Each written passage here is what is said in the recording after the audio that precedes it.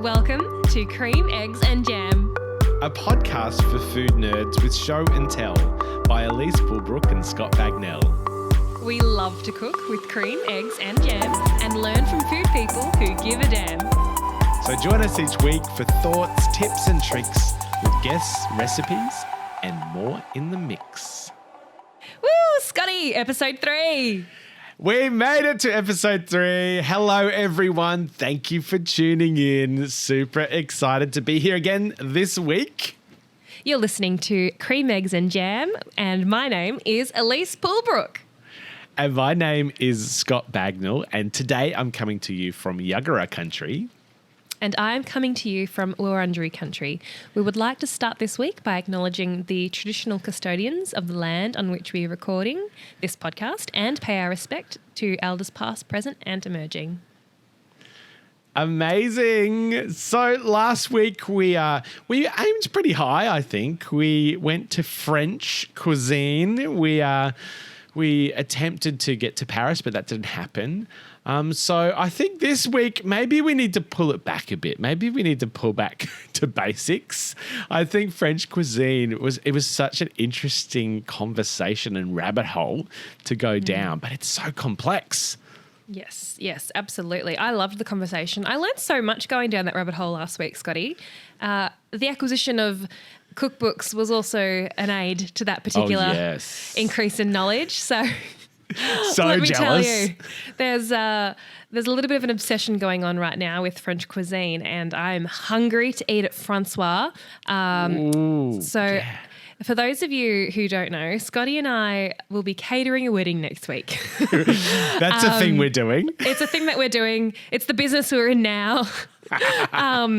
It's the second wedding we've catered this year. Who knew this would be our life? But it is. And I'm hoping that we can eat at Francois together next week. So the French cuisine obsession continues. However, for this week, yes, paring it back to basics. And today we'll be discussing kitchen tips with a friend of ours who is an excellent cook. I would arguably say he was one of the most established cooks of our season of Masterchef last year in 2021. He got into the competition with this beautiful refined duck and cherry dish that I had the great fortune of trying because I actually cooked right next to Aaron on that fateful day. Oh my gosh. And it was definitely the kind of dish that would have been a grand finale winning dish. And he made that in his first cook. Aaron is incredible, and we are so fortunate to discuss kitchen tips with him during our little guest interview today. I'm excited. Aaron is a wealth of knowledge and he's so creative in the kitchen. So I can't wait to talk to him. But before we jump into that, we do need to talk about this week's MasterChef experience. If you've been watching along, and Sunday's elimination, it was a very interesting challenge. It was an eggy challenge. Whenever those black cloches come out, you know that there's going to be a wobbly thrown your way. And this was no different. They lifted up those black cloches and there was a single egg underneath that cloche. So what did they have to do with that one egg, Scotty? What was it? They could cook whatever they wanted, but they only had one egg. So they had access to the pantry. But obviously, I guess there wasn't any eggs in the pantry apart from that one. What would you do if you had only one egg? If I only had one egg, I would definitely be making a boiled jammy egg. I saw what Aldo made, and I would lean in towards that direction of an egg served simply with some vegetables and a sauce or a dressing. Aldo made asparagus with like a jammy egg, and I think he made like a bagnacatta style dressing. I think lots of anchovies. Yeah. Yum. Yeah, I would lean in towards that direction, or like a Caesar salad, which, fun fact, originated in Mexico. I never knew this. Yeah. It's not Italian, everyone. No. Didn't come from Caesar? No. It's a dish that originated in Mexico, and there's a whole story about it, actually. I'll have to refresh my memory and report back on what the story is. But I would make a Caesar salad, so cos lettuce, a beautiful dressing with anchovies, some beautiful... I like to use whole grain mustard in my dressing for Caesar salad. Some beautiful croutons fried in bacon fat, some bacon, and a beautiful boiled jammy egg on top. Oh yeah, yum. It needs to be gooey. That's the essential part. The egg yolk forms part of the dressing of the salad, so yes, that would be something that I would love to make with one egg. Yeah. Scotty, what would you make with your one egg? What would you do? Oh, look, immediately I think of deviled eggs because I love a good deviled egg. They're so delicious. Like, you need to get that curry powder. I like to put pickle juice in my deviled eggs, chopped up gherkins, and the secret ingredient to my deviled eggs is butter. You need to whip some butter through that yolk mixture before you pipe it back into the egg. And then crunchy, crispy bacon on top and some chives. It is the ultimate. But I don't know whether it's tricky with one egg. Because if I did deviled eggs, I'd only have one and I'd have two halves and there's three judges. Yeah. So the one egg is actually really hard. It makes you think about how you can extend the use of that egg.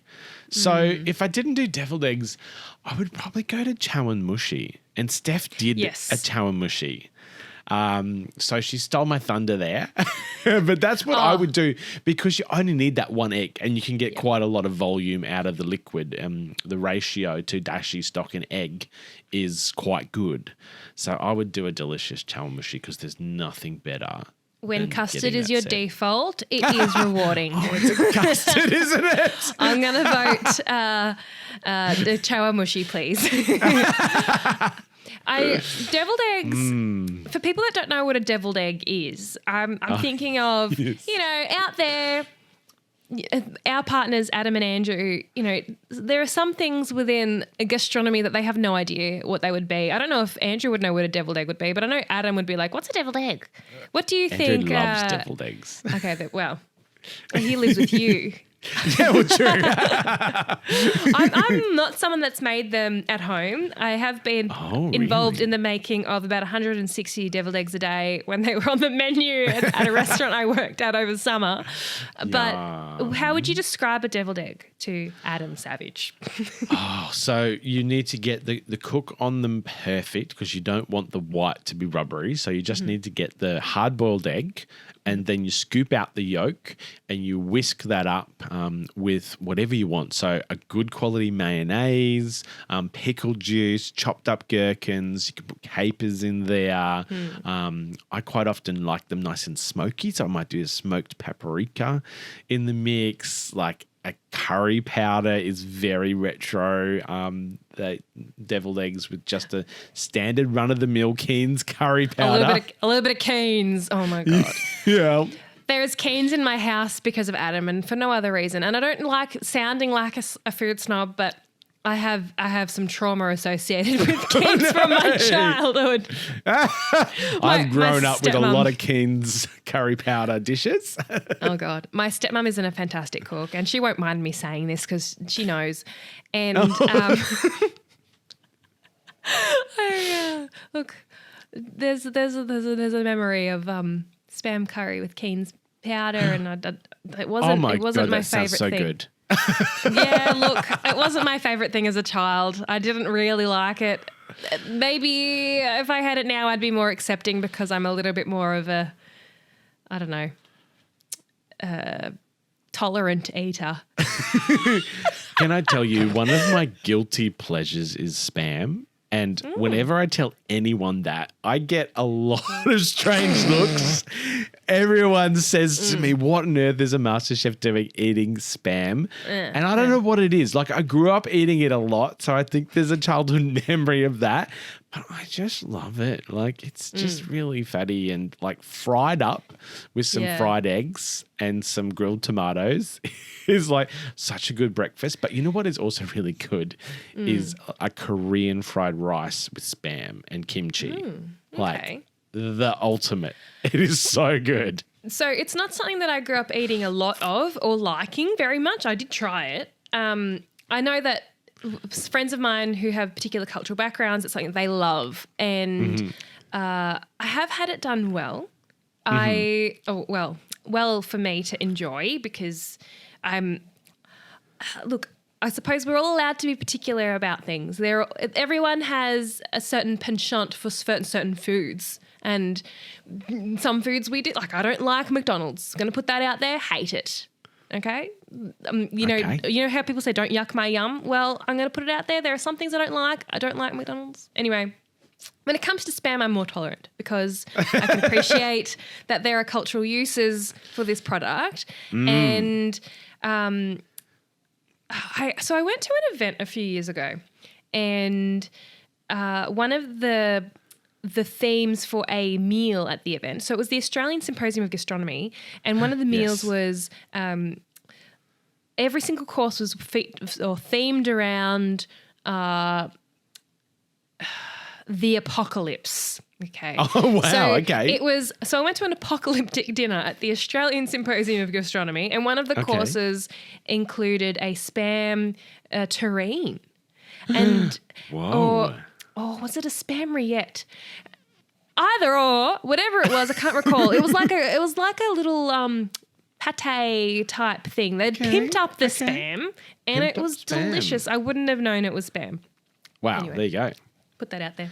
How did we get down a Spam rabbit hole? We've gone really off track. We're talking kitchen tips today. We love tangents. How did we get there? How did we arrive here? Keen's curry powder. It's blank Keynes. My stepmom's Spam curry made with Keynes is how we got there. Okay, anyway. back on track. Yep. Kitchen tips. We're talking about eggs. I have some great kitchen tips for eggs, and I also have a really good book. So I know we usually do book share a little bit later on, but maybe we should do a bit of a book share now. Absolutely. And I want to share an amazing tip that I found out just recently, actually, cooking hard-boiled eggs. The best way, I do not cook hard-boiled eggs ever again any other way apart from this. And I'm very interested to see whether you have tried this. Hard-boiled eggs in the pressure cooker. Hard-boiled eggs in the pressure cooker. It has changed my life. Okay. So you just put a little like trivet at the bottom so the eggs aren't sitting on the bottom, so like a steam basket or something. Like a cup of water, you want a bit of water in the bottom but not so the eggs are sitting in it. And then you just pile your eggs in. Like I've tried it with a dozen eggs and it works fine. I reckon you could probably like if you were cooking 120 eggs, you could probably like, you know, put maybe 30 in and have a couple of pressure cookers go. I haven't tested this theory, but lid on, 4 minutes, perfect hard-boiled eggs with just that perfectly set yolk.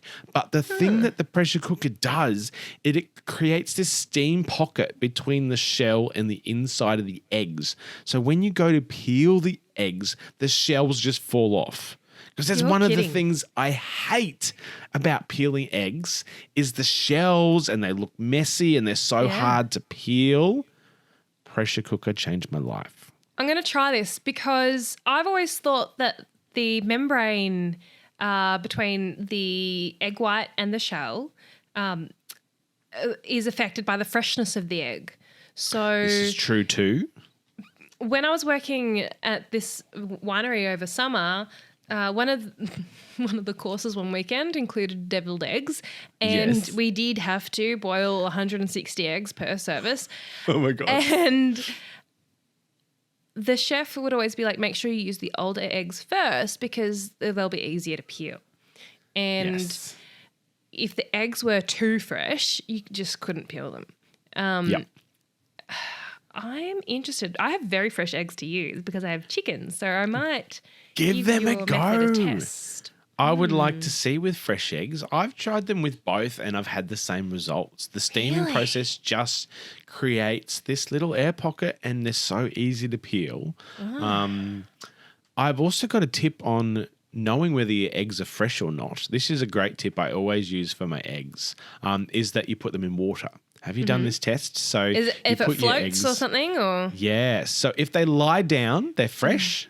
You know that they're fresh. They're lying down in the water. If they stand up, they're old. Great for hard-boiled eggs and other dishes like that where you need a bit of an older egg. If they float to the top, throw them out. Or you can just crack into it and give it a smell. Oh, you could do that too. That should be an indicator of whether you've got a rotten egg. Yeah. Oh, dear. So they're my little hot tips for eggs. Yeah, if you got an egg, you got a meal. They're a great thing to be boiling weekly. I'm going to share with you a little bit of a cookbook share. Oh, what is this? This is To Asia with Love by Hetty McKinnon. She's a wonderful local writer. Ooh. And this cookbook is relatively new. I believe it's her newest. And there's a whole feature to do with eggs within this text. I love this. Can I read a little passage to you, Scotty? Yes. Okay. Do we need a backing track for this? We will need a backing track to this. Let us know if you enjoyed our backing track from last week where we did our French recipe cooking reading. That was a fun rabbit hole. Yeah. And if you're watching on YouTube, you can see this beautiful image of eggs cooked to different times. And this is Hetty McKinnon's key to making perfectly jammy eggs. Ooh, eggs with a yolk that is just set. So I'll read to you what Hetty says. How to make a perfectly jammy egg. I never thought I would include instructions for how to cook the perfect boiled egg, but since this is a skill I have only recently mastered myself, I wanted to share it. For many years I was cooking eggs haphazardly, not really keeping an eye out on timings or when I added the egg to the water. Now I pay much more attention and the result is perfect jammy eggs every time. What are jammy eggs, you might ask?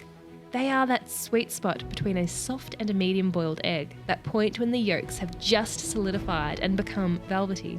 Jammy is how I prefer my eggs, but sometimes I will cook them for 6 minutes to get a runnier yolk. For a slightly harder yolk, opt for 8 to 9 minutes. To make perfect jammy eggs, bring a deep saucepan of water to the boil. Place your eggs. I never remember to bring my eggs to room temperature for boiling, so I always use them straight from the fridge. Into the boiling water and immediately set your timer for 7 minutes. When the timer goes off, drain them straight away and run under cold water. Keep the water running until the eggs are completely cold. Alternatively, submerge them in an ice bath. These instructions are for large 60-gram eggs.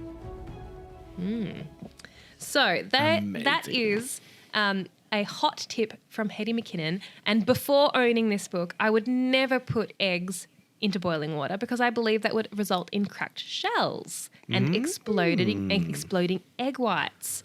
Yes. However, this method works. Put your eggs straight into boiling water and set your timer. 7 minutes for a perfect jammy egg. That's it.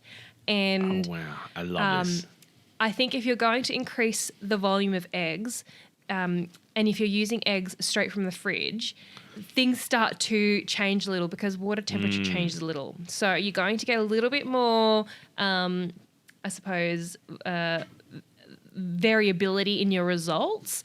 I know that when we did boil 120, 160 eggs for service. So many eggs. Sometimes it would take 12 minutes, it would to get a hard-boiled egg.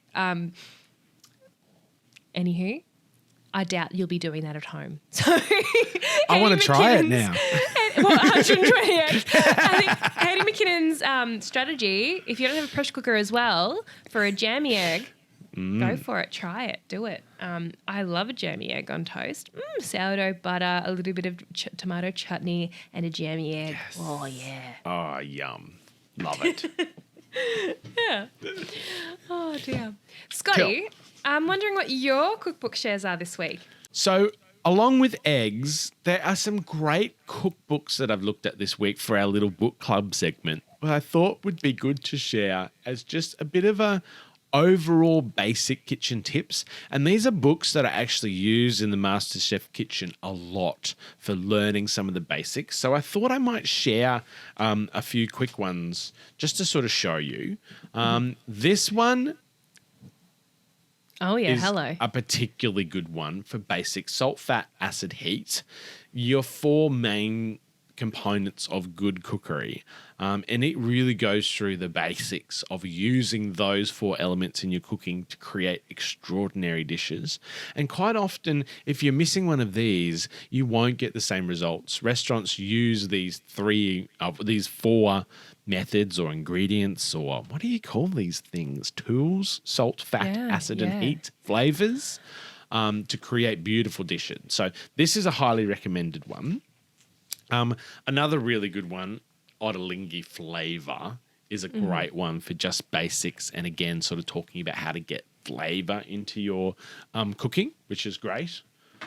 This one was one of my favourite ones for MasterChef, Patisserie. It goes through all of the French classics and gives you very good guidelines in terms of recipes, how to make them, pictures, steps. It's a really good basic understanding of pastry cooking. I saw that edition floating around a lot amongst people within the green room during MasterChef. Yes. I don't have that one, Scotty. I'm wondering. Oh, wow. Yeah, I was probably one of 2 or 3 people that didn't have it. I'm wondering, could you tell us a little bit about what is wonderful about that edition for people that are new to patisserie? And should I be buying it? You need this in your life for sure. Okay. I really like it because it all of these fancy French pastry techniques that you've heard of. It is a very reliable source. Like the recipes, they work. They're very well put together. It gives you a little bit of information about it. What I love is, I'll see if I can share a picture.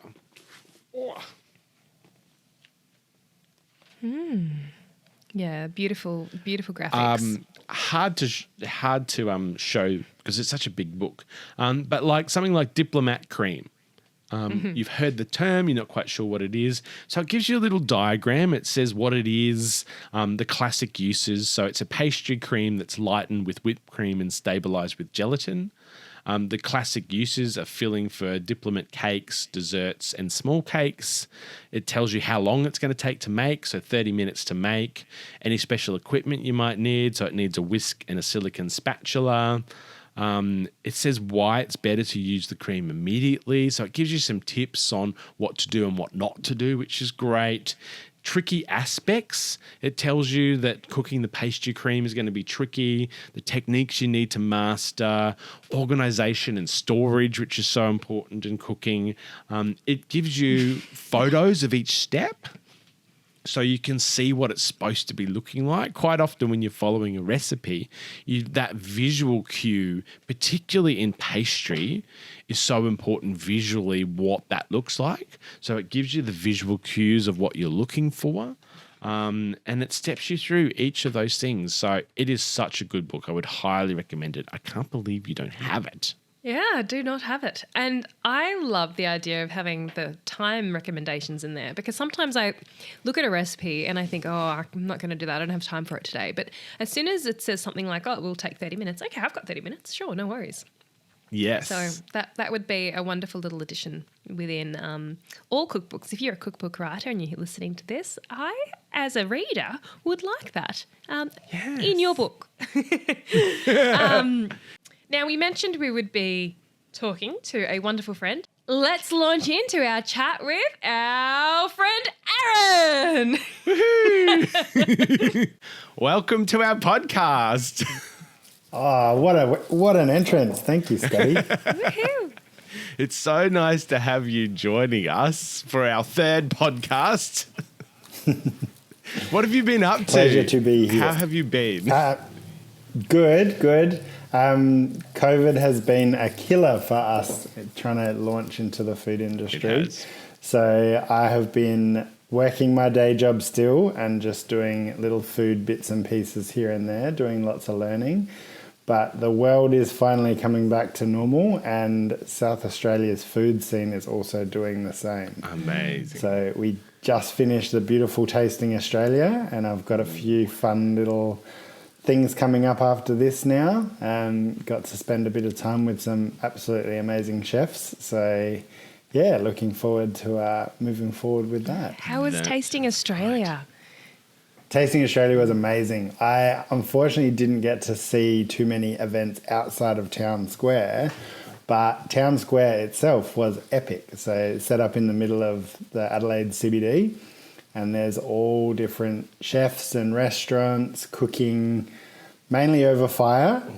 So the whole place just smells amazing through the whole city. You literally walk in and you just float over to all of the beautiful food. Went and tasted probably 3/4 of the food available. Good work. And rolled my way out. Proud. So yeah, that was really good. Oh dear. As someone from South Australia, what do you think is something that you cannot miss if you were to travel to Adelaide or South Australia more broadly? Ooh. Is this launching our travel tips section? I think so. I mean, that's what I want to know. When I come to Adelaide I'm visiting you, but what are we eating? Where are we going and what are we consuming? Everyone says the Barossa, and it's like, controversial. It's great. Like Barossa's great, don't get me wrong. But like everyone says that. Like you're having the wine, but there's so much other stuff to do. Yes. Like we've also got the wineries down south. I think they're probably almost better. Controversial, but they all have beautiful restaurants to eat in. So Matolo Wines, that is an absolutely stunning winery. They've got like their whole, Scotty, you would love the design because their restaurant is built with, I think it's 10 shipping containers. Oh, beautiful. And then is the most modern, beautiful dining experience inside. Oh, I love that. We have RK with Jake Kelly now, and that place is like mint. He is doing amazing things. It's a full fire restaurant. Amazing. So they cook everything over fire, and it's just like such a good time. But I would have to say, if you guys came, I would take you to Topiary Cafe. What's Topiary Cafe? I've not heard of this. Topiary Cafe is done by a chef, Kane Pollard. And he has a complete no waste philosophy. Oh, I love this. Everything is used. He has a restaurant that is open 7 days a week and uses one normal household wheelie bin of rubbish per week. What? Wow. That's impressive. Yeah. To put this into context for people who haven't worked in a commercial kitchen, one of the kitchens that I've worked in, we would have at least 2 buckets of compost, like buckets, like how can I explain the size of these buckets? These are like recycle bin buckets. That's not a good size indication. Plus minimum 4 garbage bins, full minimum. And that's just from one day of lunch service. And at another kitchen that I was working at, I was walking out with big polystyrene boxes of food waste to take home for my chickens. Yeah, that's crazy. Wow. Like after one 4-hour shift, for example, because I was only there for like little stints. But wow, that's so cool. So it's I love epic. that. And like foraging, local produce, like everything on the menu, you know where it's come from. It is the perfect sustainability setup. So good. They're based in the nursery at the bottom of the hills. It's so unassuming, and it is one of the best dining experiences I've had. what have you eaten there? Oh, yes. Oh, so he had a carrot terrine on the menu. Yum. With a house-made whipped ricotta, a fire-roasted carrot terrine, and then carrot top granita. Oh, cute. Yum. Was the terrine hot or cold? Warm. Just warm. But it was like stunning. Could you? Like it was just carrot. Now, when you say carrot, for people that are like carrots, what's the big deal? Could you explain what makes the ultimate carrot terrine so exciting? I mean, these aren't carrots from a $1 bag from Safeway.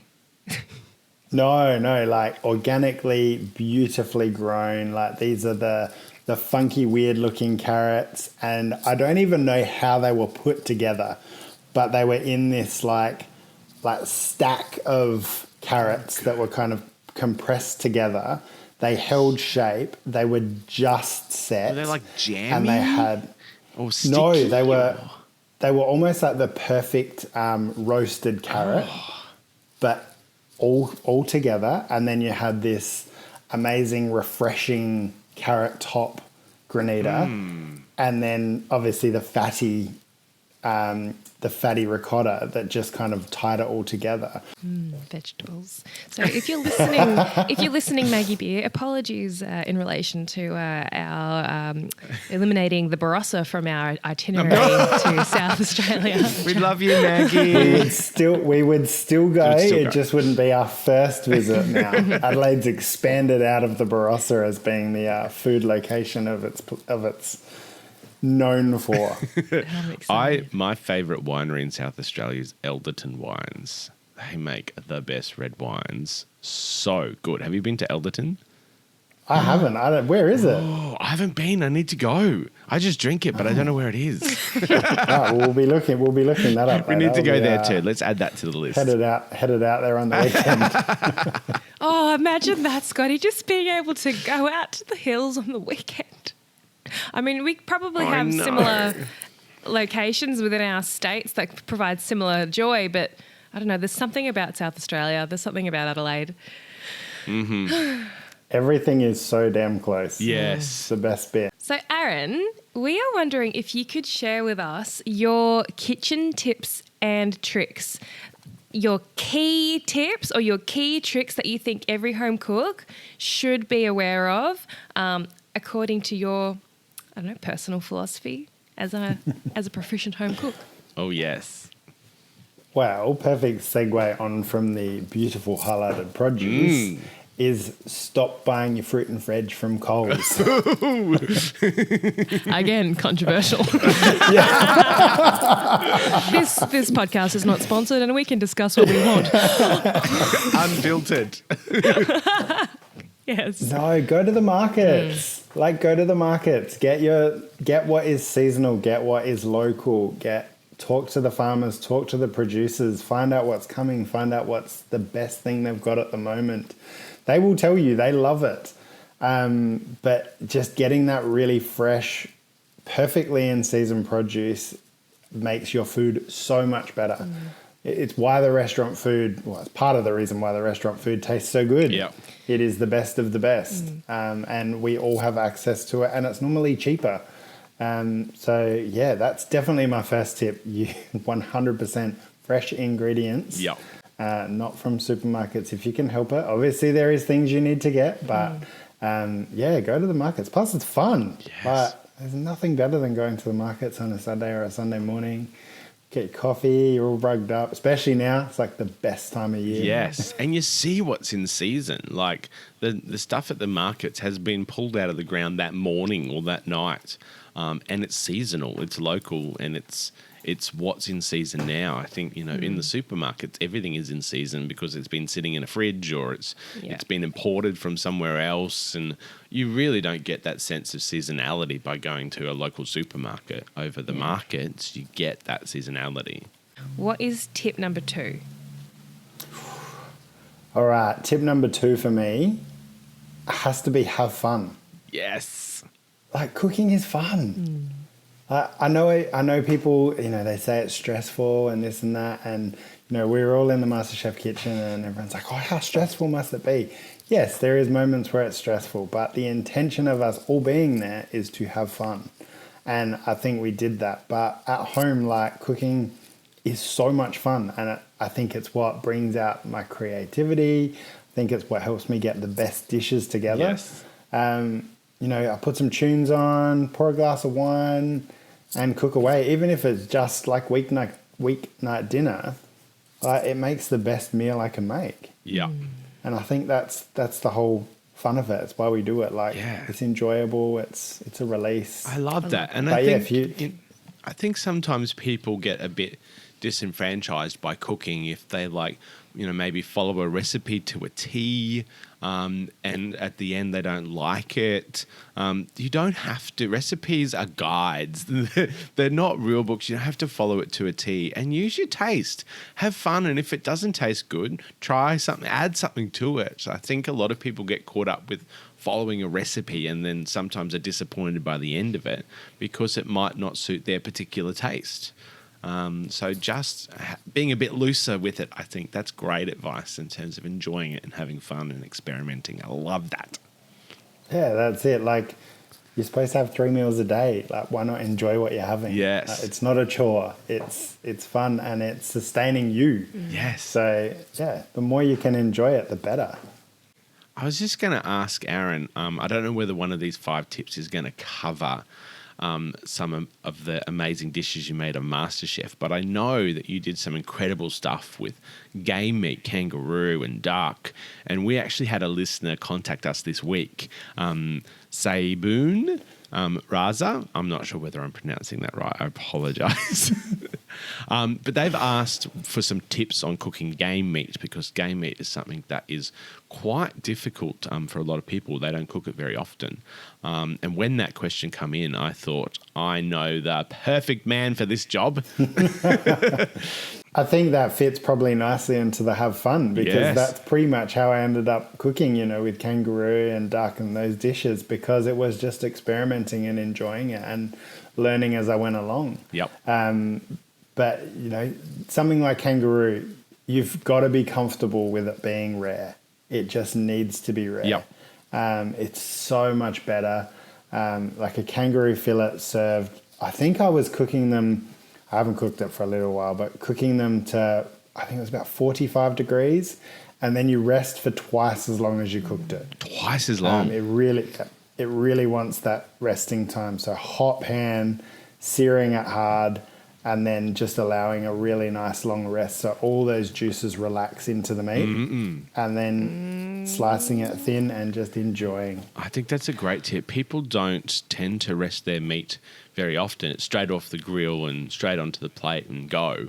And it's very tempting. You want to just dig in straight away. But why do you think kangaroo needs that extra resting time? I think with it being so lean and because you cook it hard and fast, that it really wants to tighten up quickly. So if you cut it, obviously all those juices want to come straight out. Yep.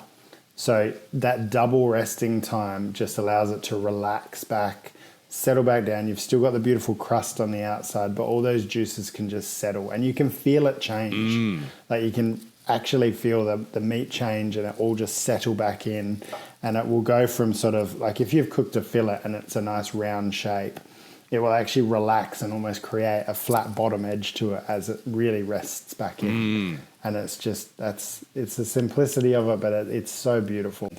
My dear Maria once made kangaroo capoletta, like schnitzels essentially. Oh, that would have been interesting. Oh, yeah. Oh, look, you can schnitzel anything. Adam makes venison schnitzels quite often, actually. Actually, you both will appreciate this. Last night, I dreamt that I was eating a venison Wellington. I feel like that would work really good, though. Yeah. Me too. A rare eye fillet of venison wrapped with mushrooms and ham or prosciutto and then wrapped in pastry. In my dream, it was very juicy and rare. Yeah. So how long till we see this on the menu, Elise? Yeah, that's right. I don't know. I've never had this thought ever in my life, but I tell you, I was dreaming about it last night. Anyway. I want your dreams. Your dreams are amazing. Yeah, look. Oh my goodness. Yeah. I could go on, but we'll come back to this at another time. All right, next tip. This is amazing. We're getting so many tips today. I love this. Taste is obviously one of the other big things. Like constantly tasting throughout your cook is so important. And like you said, people have that tendency to stick to a recipe and they wait till the end to taste it and they're like, oh, this is kind of a bit disappointing. Yes. Whereas if you tasted that the whole way through, you would know when something isn't right, and you can add or adjust and season and all of those things that are really important for cooking. You can actually do throughout, and then you end up with a 10 times better result. So tasting is so crucial. Yes, and like you say, all the way through. Like once you get to the end, sometimes it's too late. Like if it's too salty, can't really fix it. So it's so important. I'd love for you to set the scene, Aaron. What have you made recently where you've created that intention of I'm having fun? And can you describe how taste changes throughout the cooking of that thing that you might have cooked recently? Show us or tell us in words, Aaron in his home kitchen going through a, fun Saturday afternoon, tasting as he goes. So I had been playing around with a very, very long and slow cooked broth, a chicken and veg broth that had changed iterations about 4 times during the cook as to what it was going to be. And the final version actually turned into the most luxurious consomme I've ever made. It was like, it looks like a cup of tea. Wow. It's so clear. There'll be a video up shortly. Yes. It's coming out this week. Oh, this is like inside knowledge. But through the process, it was constantly building flavour. So it was constantly tasting. So I was sweating down the veg and I was tasting them as they were cooking through to make sure I was happy with the seasoning at that point. I was tasting the base stock. So I ended up putting a fire-roasted wood chicken carcass into it. So I'd used the chicken and I had basically a consomme ramen style dish at the end with wood roast chicken. But that carcass went in, so then that was retasting and balancing the seasoning. This cooked for 3 days. So there was 3 days worth of tasting, balancing, and then getting it into this beautiful clarified stock. I actually didn't think it was going to work because when I was researching the good rough techniques for this amount of stock, I think it's a 15-litre pot. Whoa. I was conscious that all of them said, this won't work if you've cracked the bones on your meat and if your veggies have been cooking for more than 2 hours. And I was like, well, we're at 36 hours and the bones were definitely cracked. They would have been like powder. It was the most intense roast chicken cup of beautiful, clear tea-like substance that I've ever had. And it was gone within 3 days because it was literally morning, lunch, night. I was having some of this broth. It was just insane. That is amazing, isn't it? So, I think there's something in the simplicity of some of those dishes that are so exciting. I remember going, one of my favourite restaurants in Queensland is the Long Apron. And one of their little courses was this clear consomme. And I remember it to this day. It was years and years and years ago. And like, it's just essentially like a cup of soup. But like the complexity and the flavours that you can get in something like that are wild. And if you nail that, it is so memorable. It makes me think of the Willy Wonka, the lolly that's the 5 meals and she turns into a blueberry. That's what it makes me think. Like an amazing consomme makes me think of that every time because you look at it and you go, it's soup. Yeah. Like it's clear soup. What's so good about this? And then you taste it and you go, how the hell does it taste like a chicken, roast potatoes and sauce all in one thing? Yes, that's a great analogy. It's impossible, but it's there. And you look at it and go, that just doesn't make any sense. And I always go to that. I think there are very few dishes in this world that speak of home more than a chicken broth or a broth of any form, really. It's when you've got a broth bubbling on your stove, you are making your house a home. You are creating comfort, calm. You're relaxing the whole energy of the atmosphere. and anyone who walks in your door is likely to say your house smells like heaven. That's Yes. It's like a universal truth. It traverses all cultures. Chicken soup, broth. Yeah. It is the best. I reckon you open the windows and you've got people flocking. Yeah. Now, I've got a question for you on this, actually, because I quite often go down similar rabbit holes, cooking for days, experimenting, trying this, adding this. And I start with the plan that I've written down, and I add chicken scratch all over it, notes, change this, do that. And in my head, I think I can remember this and recreate this dish. A couple of days later, I go back to have a look at my notes. I have no idea what I've written. And I can never... And it was like the best thing I've ever made. And then you try and recreate it and you can never recreate it. Have you got any tips for like good note-taking? Oh, Lou, I'm probably the worst person because I think I'm pretty much at the same level you are there, Scotty. I will make something and like... go through 50 different iterations of it and then realize I didn't write one of them down and I'm like, cool. Yep. This was a one-time only dish. Yep. And sometimes I'm at peace with that. I'm like, I'm happy. Like, I've experienced this. I know I'm never going to be able to experience it again. And I'm just going to savor the moment. Yep. Working on my capturing of the good ones too. Can I offer a tip? Oh, yes, please. Yes. So I keep a section of pens with my cutlery. Oh, that's a and good idea. I have a little box of cue cards in the kitchen.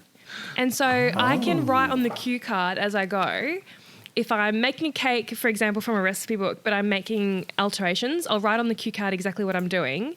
And very likely I splatter stuff all over that cue card and then I have to rewrite it later. But then that gets filed into a little alphabetized box and we are organised.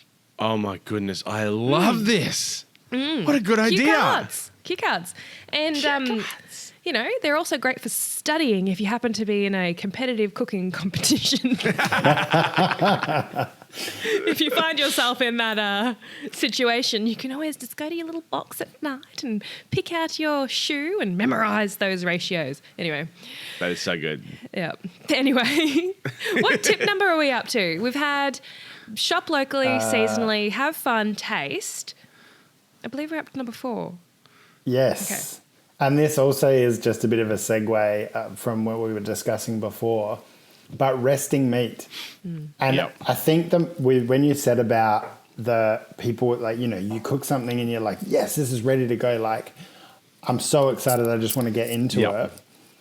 The difference it will make by letting it rest is tenfold. But everyone has this thought process that resting meat will make your food go cold. Yes. How do you stop that? How do you make it not go cold? Well, it's not technically true. If you've cooked something well and you put a thermometer into it, perfect example, duck. So if you pop a thermometer into duck at finished cook temperature of 50 degrees, over that next 10 minutes, that internal temperature will keep rising. That's the whole reason why we're taking it off and giving it that moment to rest. You're letting it finish cooking. Now, how are we resting it? Are we just like, where do we put it? Do we put it on the bench? Do we put it on the stove? Do we wrap it up? Do we, what do we do? I generally keep mine close to the stove while I'm finishing off everything else, so warm environment. But my meat is never cold because you're not resting for, like, it's got so much temperature in it already. It's not just instantly going to start going backwards. You've got all of that residual heat that's still doing its thing. And absolutely. Acknowledging that residual heat, I think, is absolutely key. So if you're listening, that is what I reckon you really, really, really, really need to make sure you're being aware of the next time you cook any protein. If you're cooking with fish, cook it to 80%. Yeah. Oh, gosh, I think I'm triggered. Because my elimination dish, that's exactly what happened to me. I cooked my fish to perfect eating temperature and then the residual heat overcooked my fish and it sent me home.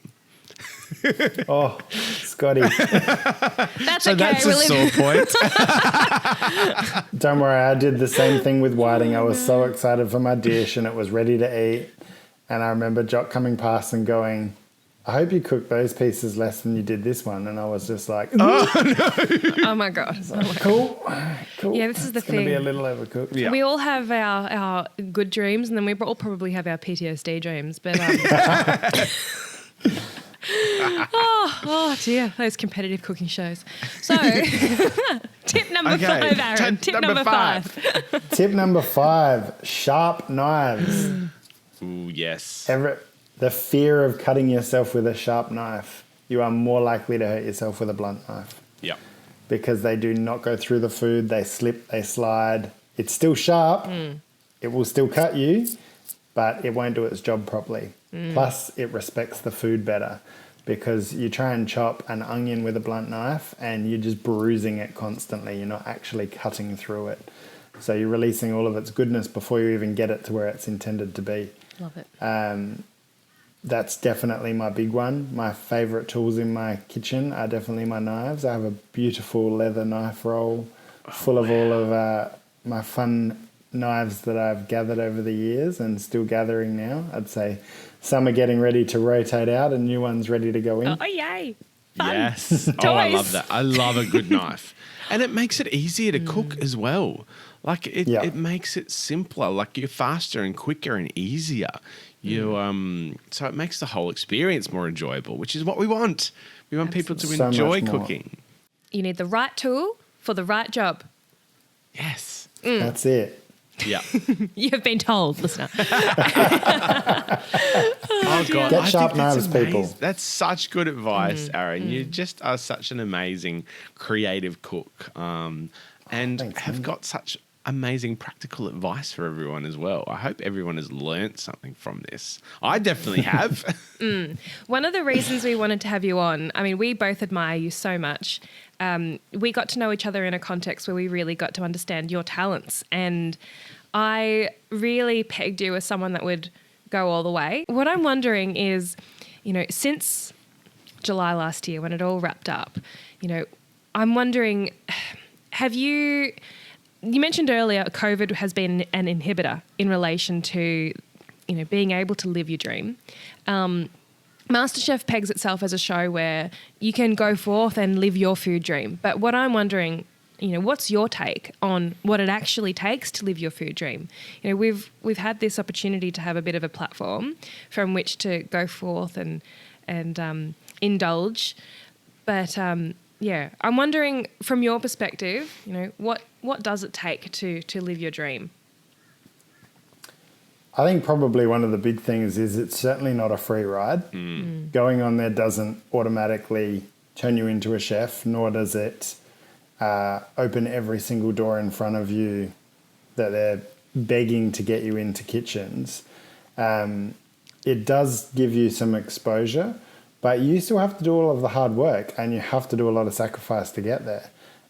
We put in a huge amount of hours into Heaps Local, my best mate and I, and that took a toll because we got so burnt by COVID to the point we actually have it all on hold at the moment with maybe a return date next year once everything is really back up and running. But, we had, I think, in a matter of a month, 9 different things cancelled and couldn't film because we didn't have the equipment to film with masks on. So you couldn't hear anyone. So everything had to stop for us promoting South Australia. The events we had cancelled were really tough, but you had to put in that work to get there. So it's certainly not just I've been on a cooking show, I've got a free ride to the food world now. You still have to do all of the work. Yeah. What about you, Scotty? Have you had a similar? Oh yeah. It's a hard road, and we're all super passionate. There's really no such thing as a free ride, and if you want something, you've got to work hard to achieve it. It's a tricky industry to get into. It's very, very competitive. It's hard work, and COVID has just really impacted the hospitality industry, something chronic. So it's not the most ideal environment. I remember when we finished MasterChef last year, we all sort of came out and we went into various degrees of lockdowns and no one could leave their city. I'm up in Queensland. isolated. No one can travel. So, it's been hard. I think it would be a different experience had the dreaded COVID not been around, because we could have travelled and collaborated a bit more.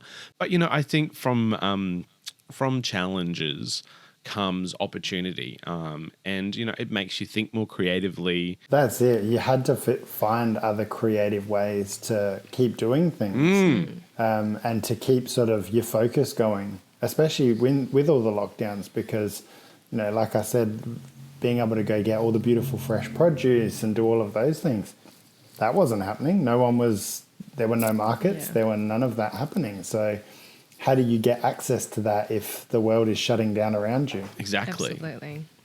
And I would like to add that you don't need to go on a competitive cooking show to live your food dream. No. Heaps of people that I know have done a 180 and left various types of careers in engineering or law to go and do something in food.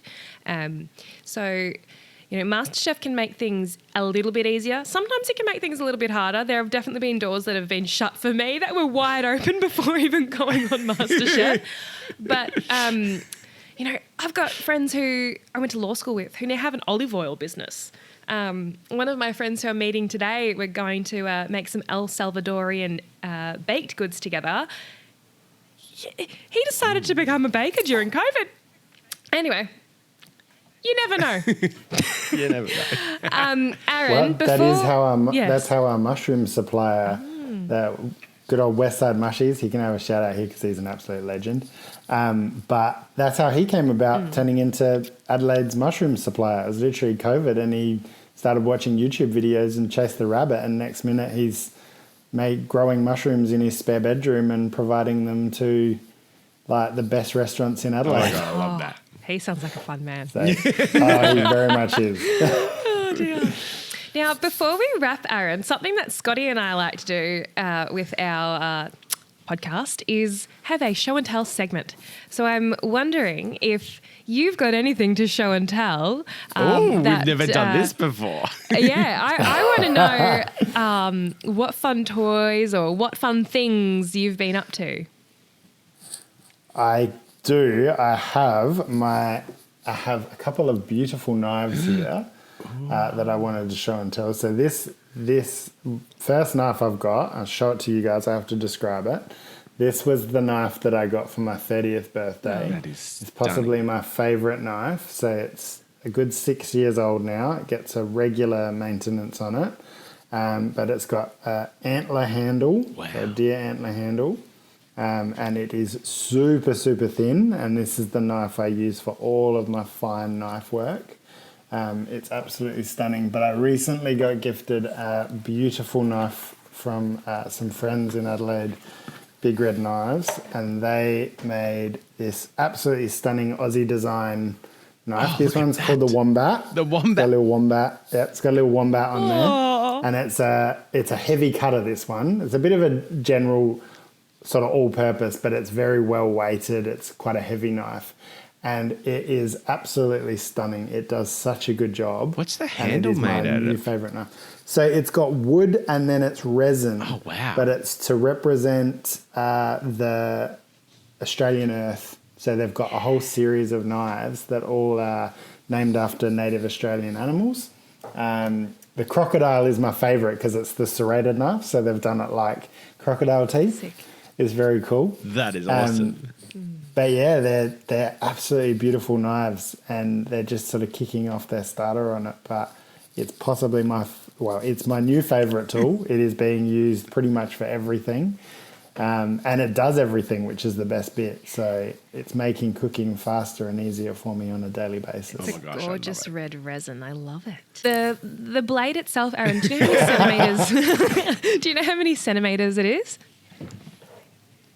Now, I think... It's not a long 20-centimetre chef's knife. It's a bit shorter. No. I think these are about 15 or 18 centimetres. It's a little short, fatty one. But it's nice and thick. Like, it's probably about half a centimetre through the back of the knife. Wow. And it's got plenty of weight to it. So it goes through everything. It cuts a pumpkin in half like it's going through hot butter. The only concern is every time I'm cleaning it to make sure I'm very, very careful. My one knifing injury was literally cleaning my knife and I took nearly the top of my finger off, and it was like that movie sound where you can hear like the shing. Look, that's tip, I was like, that was bad. Tip number 6, you get 6 for the price of 5. Be careful when cleaning your knives. Yes. Yeah, while sharp knives are great in the kitchen, they're very dangerous in the sink. Yes. Yeah, don't put them in the sink, guys. 100%. Just leave them on the bench, wash them individually, and place them gently onto like a tea towel. Don't even put them on a drying rack because you probably dent them. Don't ever put your knives in the dishwasher. No. Oh, ever. Never. Anyway, thank you so much, Aaron, for joining us. It was lovely to talk about Adelaide with you and your knives and your kitchen tips. I'm looking forward to when we do get to play and eat with you soon. We're going to have to book something in. Let's not promise. We promised in episode 1 we'd do our next podcast in Paris. So let's not promise episode 4 is going to be in Adelaide. But how good would that be? Adelaide is closer. I could even drive. Could you imagine in my little Fiat? We'd get there in 5 days. I might be coming your way, guys. Yeah, come to Queensland. Come to Melbourne. I have venison in the freezer at all times. I will be there for a venison Wellington. I want to see this. I look forward to it. Well, thank you so much, Amazing. Aaron. Thank you so much. Have an amazing Thanks, day. guys. Bye. You too. Talk to you See soon. ya. Bye. See ya. Bye. I love Aaron. Oh, he's so good, isn't he? Wonderful, He's just man. an amazing cook. And that knife was stunning. I want one. Me too. Can I tell you something funny? Yes. When I cooked with him in Apollo Bay, this didn't make the edit on the show, but when we were in a team together, I accidentally kept calling Aaron Adam throughout the whole challenge. Whoops. Well, they're both equally lovely, so I can They're understand. both lovely. One's my romantic partner in life and one's a friend. God. Anyway. Maybe a bigger difference there, but moving on. Moving on. Show and tell. Show and Aaron's tell. given us his show and tell. What's your show and tell for today? Yeah, so my show and tell aligns somewhat with Aaron's discussion of seasonality and the importance of cooking what is seasonal. And my show and tell is a 3-part show and tell. I am going to share with you, Scotty, what I will be making via showing and telling for my birthday cake next week. Oh my goodness. I always actually get asked this question, like, do you make your own birthday cake or do you get someone else to make it? I think we're both control freaks. I don't let anyone else make my birthday cake. I would allow for the purchasing of a cake from Beatrix, which is the best cake shop ever. And I agree. I'm very fortunate to live quite close to that particular cake shop here in Melbourne. However, in the past, like, no one's ever bought me a cake before. What? You know, no. It's generally mum makes the cake, someone makes the cake, I make a cake. Adam, if you're listening, you're allowed to buy me a cake, but it just has to be from that particular shop. Anything from that one shop. Please don't get me a supermarket mud cake. I'll feel unloved. I shouldn't say that because supermarket mud cakes are pretty good.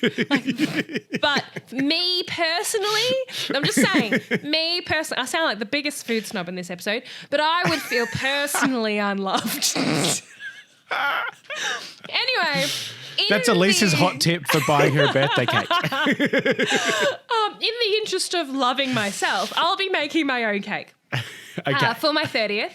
And I have chosen to make from Scott Pickett's Marriage of Flavours the mandarin and lemon verbena cake.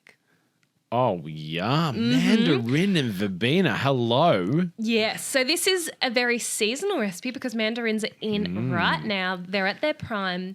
My favourite mandarin is of the Allendale variety. They are a sharp mandarin. So if you see them, they're not an easy peel, but they're a delicious mandarin.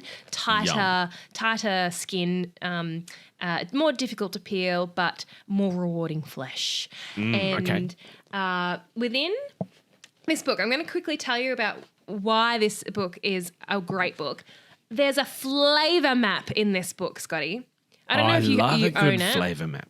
No, I But don't. It has a mind map with vocab associated with texture, sweetness, sourness, bitterness, spiciness, saltiness, umami, and temperature, and how to achieve diversity when it comes to flavour and all of those other wonderful words.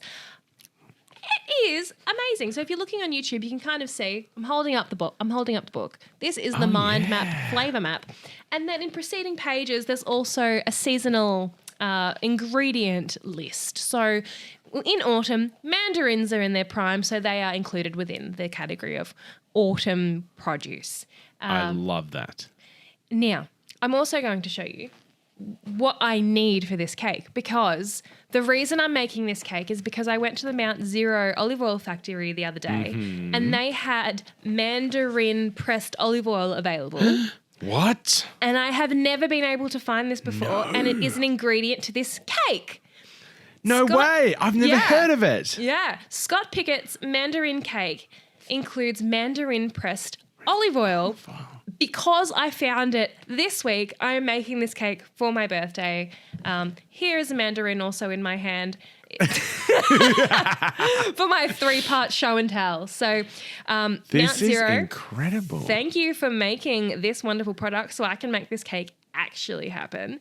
This can I isn't buy sponsored this? content. This is just me loving this particular olive oil brand. It's a local Australian olive oil brand. Scotty, when you come to Melbourne, we can get your hands on some mandarin olive oil if you'd I like. definitely need to. Mount Zero do a yuzu pressed olive oil, and I am obsessed with it. It is so good. And so I'm just imagining what that mandarin pressed olive oil, because the flavour they get through the yuzu and the olive oil is exceptional. Oh, yeah. And somehow it's really fresh. Like it's like you're eating fresh yuzu, even though it's just like, I don't know how they do it. It's witchcraft. Well, I bought a but bottle this too. mandarin- oh, good. Put it on everything. I've been told to make a kingfish ceviche and to dress it with the yuzu olive oil. Yes. Yeah, absolutely. So I bought a bottle of that, but I bought a goon bag of the mandarin pressed olive oil because I plan on making a large cake with at least 800 mils of this olive oil in it. I'm going to do it in a huge sheet tray. Yeah.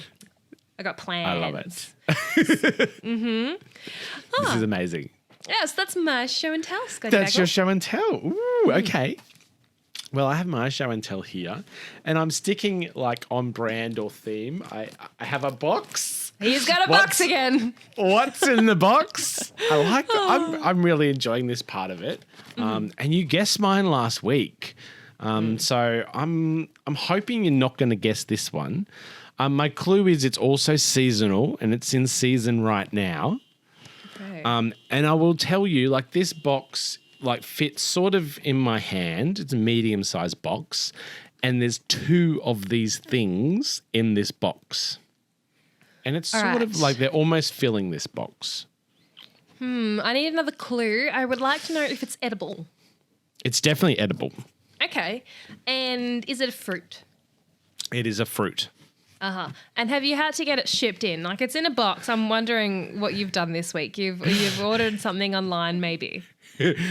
Actually, this is like not the box that the thing came in. I've just randomly found this box and put them in it. I asked this, dear listener, because Scotty is quite known to order in copious amounts of random things from all around Australia. I do. I rang him once and he was like, Elise, I just ordered these strawberry gum branches from Melbourne. I'm like, what do you mean you ordered branches? Like, yeah, a truck full arrived. I'm like, what? Yes, I did. That happened. Oh my God, that was a whole strawberry gum experience. I still have them everywhere. I've dried them. I've frozen them. Oh my God. Oh dear.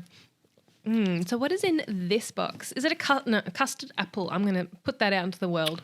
Ooh, that's a good guess, but it's not a custard apple. Okay, what is it? What is it? It is. Look at these gorgeous things. They look so amazing. Quince. Yay! Look at that. Yeah, they're so weirdest thing. pretty. So Yes, quince. I love quince. but they are quite a difficult fruit to cook. I remember on MasterChef, was it like the final episode, the finale, It was. where Pete drew this out? I think his two girls had to like pick something out of a bowl and he got quince. I That's such a immediately hard felt sorry ingredient. for him. Immediately. Yeah. Because there's a time constraint in the MasterChef kitchen, and quince typically is would we call it a fruit? It's an orchard fruit, isn't it? I think it's An a orchard fruit. It's typically something that you have to slow cook. Yeah. And it's something that requires time in order to be a beautiful, jammy product. It can be gritty and grainy if you don't cook it for long enough. And yes, I immediately felt sorry for him. I thought he'd been really stitched up. Hard. Yeah. Quince, I think, can be served in a savoury context really nicely as well. One of my favourite dishes I've ever prepared, which was actually, this is a fun fact. There's a lot of MasterChef talk in this particular episode, Scotty, but here we are. I know. And my intended main course for the semi-final in which I was eliminated was actually a porchetta. Okay, Yum. seasoned with Yes. a variety of herbs and spices, including some wonderful native Australian ingredients as well, served alongside a radicchio salad and quince. You know how you would have the sweetness from a roasted apple alongside pork or applesauce with pork? The idea of the quince was that you would get the sweetness from that product. And it was seasonal at the time because it was autumn during filming. So pork, quince and radicchio was my intended main course with a condong and citrus dressing on the radicchio salad. I think I might do a brown butter tart with Earl Grey tea and poached quinces. I think that could be really good, that quince and Earl Grey tea. I use tea a lot in cooking. Yeah, Earl Grey poached quince sounds beautiful. I'm interested to know how it would work, like how the flavour would eventuate. Stay tuned. That might be my show until next week. Yeah, don't chuck out the syrup. That sounds like it would be yum too. Yes. I could just make that into a cordial with some soda water and maybe like a bit of gin. Yeah, beautiful. Bit of a quince and Earl Grey gin kind of cocktail. That sounds I think like we fun. need to do drinks next week. Let's do drinks next week. Oh yeah, leisurely beverages. Leisurely bevies. Tea and cocktails. Why Tea not? and cocktails. What about cocktails from a teacup? Oh yeah. That's a thing. That's a thing. We could invent that. No. like It's a mule. thing. It's Is it definitely a thing? done. Yeah. Oh, someone's already done it. Yeah, it's a thing. It's totally a Damn thing. it. There's a shop called Milk the Cow that only serves cheese and wine, and some of their cocktails are served in teacups. So it's definitely happening love down here this. in Melbourne. Okay, I love it. Well, is that a wrap this week? Are we done? I believe so. If you have any requests or any feedback, please get in touch. I love it. Tune in next week for some more thoughts, tips, and tricks. On cream, eggs, and jam.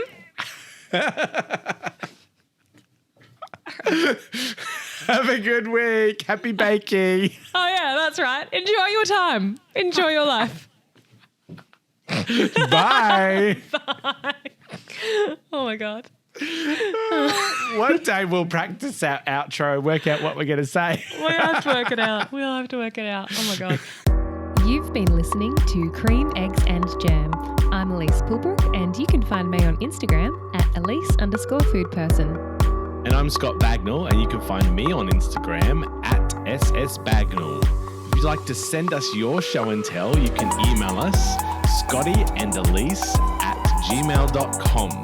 Or if you'd like the visual experience of this podcast, you can find us on YouTube at Cream, Eggs and Jam. Have a great day. Happy baking!